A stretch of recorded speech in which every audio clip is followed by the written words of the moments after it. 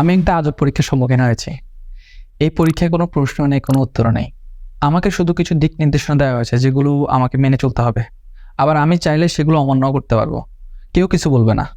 কিন্তু এখানে কিছু শর্ত আছে। শর্ত হচ্ছে আমার কাটানোর প্রত্যেকটা মুহূর্ত, প্রত্যেকটা সেকেন্ড নোট করা হবে, লেখা হবে। এই পরীক্ষা যখন শেষ হয়ে যাবে আমার কাটানোর প্রতিটা মুহূর্ত আমাকে দেখানো হবে। পরীক্ষার সময়টা অনেক দীর্ঘ। আপনিও সেই পরীক্ষার সম্মুখীন হচ্ছেন।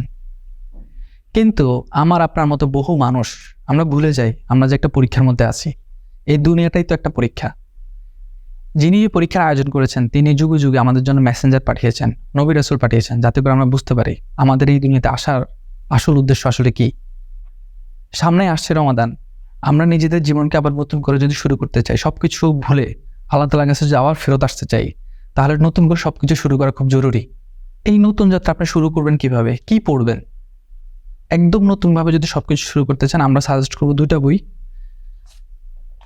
হারিয়ে যাওয়া মুক্ত, উল্টো নির্ণয়।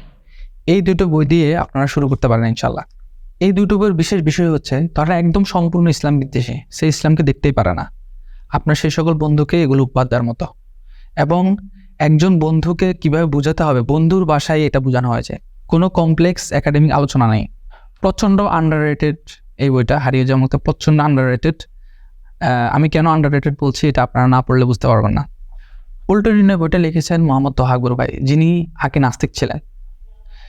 উনি ওনার এই নাস্তিকতার জীবন থেকে কিভাবে মুসলিম হয়েছেন, কিভাবে আল্লাহ তাআলার পথে ফেরত আসছেন, তার বিস্তারিত উনি এখানে দিয়েছেন। ওনার যুক্তি উনি এখানে তুলে ধরেছেন।